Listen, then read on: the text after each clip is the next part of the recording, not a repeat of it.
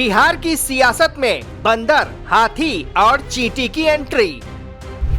Deputy CM का तंज, सांसद का पलटवार, बयानबाजी हुई बेकाबू। नीट छात्रा मामला बना राजनीतिक रणभूमि। गिरफ्तारी पर गरमाई राजनीति, सोशल मीडिया पर जंग तेज। सवाल कानून की लड़ाई या शब्दों की जंग। बिहार की राजनीति में इन दिनों शब्दों की ऐसी जंग छिड़ी है जिसने पूरे सियासी माहौल को गरमा दिया है। एक और बिहार के डिप्टी मुख्यमंत्री सम्राट चौधरी हैं, तो दूसरी तरफ पूर्णिया से सांसद पप्पू यादव। मुद्दा है नीट छात्रा से जुड़े मामले का, लेकिन बहस अब आरोप प्रत्यारोप और तीखे व्यंग तक पहुंच चुकी है।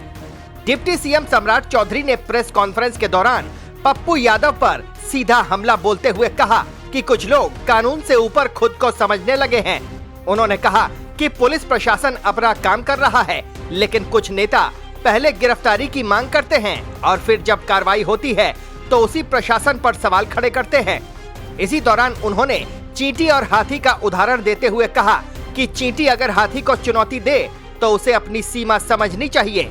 उनका इशारा साफ तौर पर पप्पू यादव की ओर माना गया। सम्राट चौधरी का ये बयान आते ही राजनीतिक गलियारों में हलचल मच गई। उन्होंने कहा कि बिहार में कानून का राज है और अगर कोई भी व्यक्ति, चाहे वो सांसद हो या कोई बड़ा नेता, कानून से ऊपर नहीं है। उनके मुताबिक जांच एजेंसियां तथ्यों के आधार पर काम कर रही हैं और किसी को भी अनावश्यक राजनीतिक दबाव बनाने की कोशिश नहीं करनी चाहिए।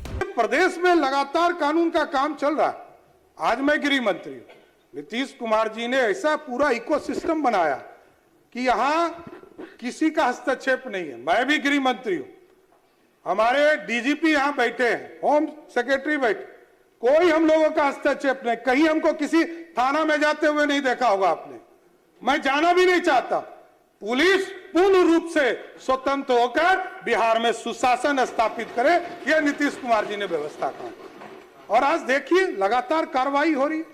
लोग तो कहते हैं, एयरपोर्ट पे लोग उतरते हैं और कहते हैं कि बिहार पुलिस चींटी भी नहीं मार पाई, और वो आदमी 2 घंटा के अंदर गिरफ्तार होता है, कहता है हम तो बीमार हो गए।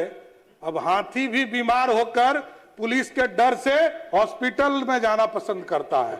यह स्थिति है बिहार का। आप समझ लीजिए बिहार कैसे बदल चुका है। लेकिन इस बयान का जवाब भी उतनी ही तेजी से आया।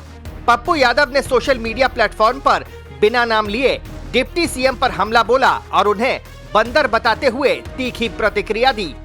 उन्होंने लिखा कि जो लोग जनता को मुद्दों से भटकाने की कोशिश करते हैं, वे असली मुद्दे से ध्यान हटाना चाहते हैं। पप्पू यादव ने कहा कि वे छात्रा के न्याय के लिए लड़ाई लड़ रहे हैं और उन्हें डराने धमकाने की कोशिशें सफल नहीं होंगी।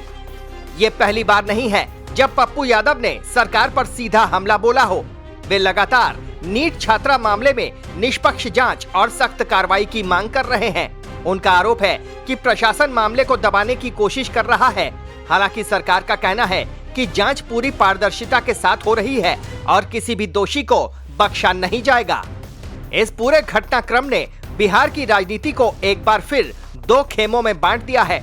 सत्ता पक्ष का कहना है कि विपक्ष सिर्फ सुर्खियां बटोरने के लिए बयानबाजी कर रहा है, जबकि विपक्ष का आरोप है कि सरकार संवेदनशील मामलों में भी राजनीतिक लाभ देख रही है।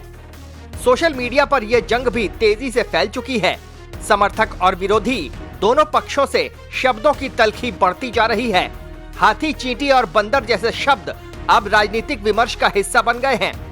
सवाल ये है कि क्या ये बहस मुद्दे के समाधान की ओर ले जाएगी या सिर्फ राजनीतिक तापमान बढ़ाएगी।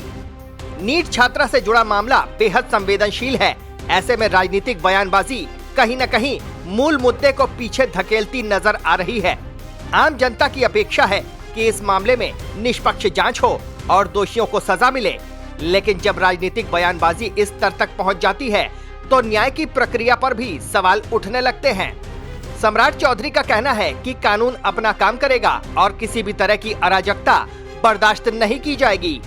वहीं पप्पू यादव खुद को छात्रा और उसके परिवार की आवाज बताते हुए सरकार पर दबाव बनाए हुए हैं। अब देखना होगा कि यह सियासी संग्राम किस दिशा में जाता है।